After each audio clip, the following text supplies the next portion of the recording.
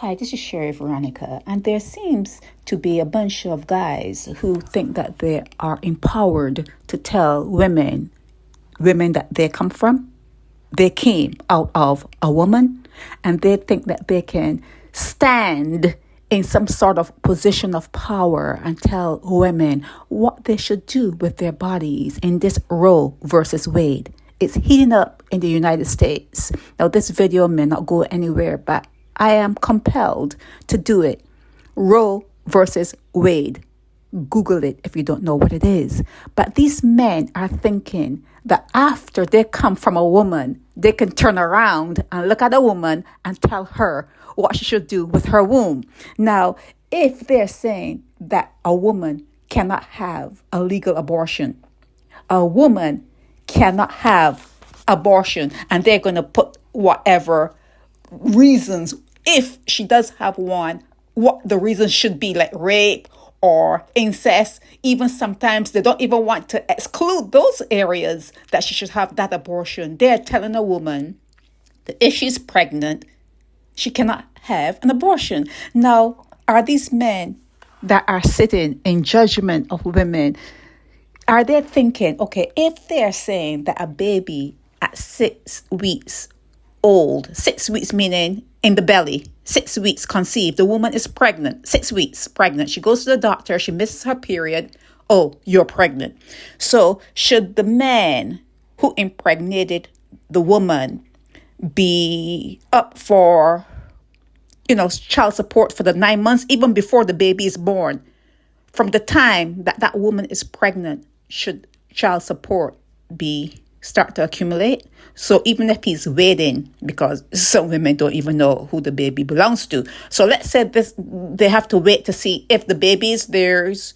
And after the baby is said, you are the father, should that baby's child support payments be 9 months before the baby was even born? Is that going to be part of whatever laws they're going to make? And what if a woman is pregnant and she's in a different country? Let's say somebody goes to a country and they're there for 6 months for whatever reason, and she gets pregnant. Can you deport that woman if she is carrying a citizen? Because let's take this no abortion thing all the way out and see how the laws are going to protect the woman. So if a woman gets pregnant in a country, she should not, I think, be deported, because after all, she has a citizen in her stomach, right? That's why even I'm segueing right here. But when there was slavery in Saudi Arabia, they didn't allow the male slaves and the female slaves to be in the same areas, because they didn't want them to be having kids and then say, oh, my kid was born here, so we are citizens, you cannot do anything. So the kid that was born there can grow up and say, well, I can buy land and I can own this. And so in certain areas where there was slavery, those people had enough sense to keep the male slaves and the female slaves apart, so that they didn't have any of this mix up. They called the men eunuchs, back in the biblical time, they called them a eunuch. Those were slaves that did not have access to women, so that there was no dust up about citizenship. Now let's continue. So if a man comes out of a woman's stomach and they are setting this pro-life or pro-life, if it's pro-life, why is there discrimination against the baby when it's black? Now, other people can say Hispanic, other people can say LBGT, black, but when a baby is born black, it's a different story. So with all this pro-life protection, oh, we are protecting babies, why are black citizens relegated or steered in certain areas as opposed to white babies? Why? So a 6-week baby, you're 6 weeks pregnant, not a baby. But then again, if they're saying that when you get pregnant, it's a life, this is a life. If when you are pregnant 6 weeks and it's a life, can you get insurance on that baby? Just in case you miscarry. If you miscarry at 4 months, 5 months, can you get like $500,000, $1 million for that baby that has not even been born? Can you? And again, I'm just asking the question. If you get pregnant and you are not married, 6 weeks, because when you miss your period and by the time you get to see the doctor, he's going to say 6 weeks. They always say 6 weeks. It could be 2 weeks, 3. They're going to say 6 weeks. So at 6 weeks pregnant and you're not married, did you have that baby out of wedlock? Even though 6 weeks, 6 months down the road, 4 months down the road, some people walk down the aisles, big belly. So if you at 6 weeks, when that baby has been said by a doctor is in your womb, if you are pregnant, they're talking about pro-life, okay, 6 weeks.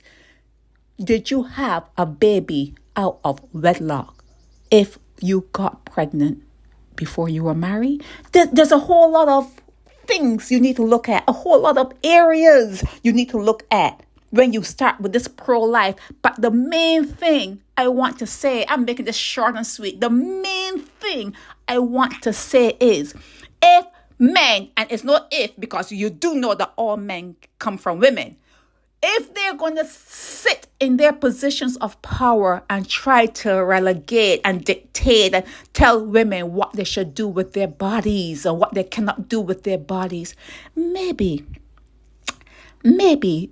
women, females, should start to give guys that side eye. Like, for instance, don't deal with men. Maybe women who bring in the men who want to run the world, it's a man's world. Maybe women need to start thinking, we are actually birthing our enemies. We are actually birthing people who start wars, who like to fight in wars, who like to drop bombs, who like to rape women, rape kids, rape babies. We are the ones who are bringing that energy, that species in. So maybe if males are going to sit on their throne and try to dictate what women can or cannot do with their wombs, maybe women should shut their wombs down. I've said it before. I'm saying it again. I will die saying this. Women, you need to start to take a look at what you're bringing into this world.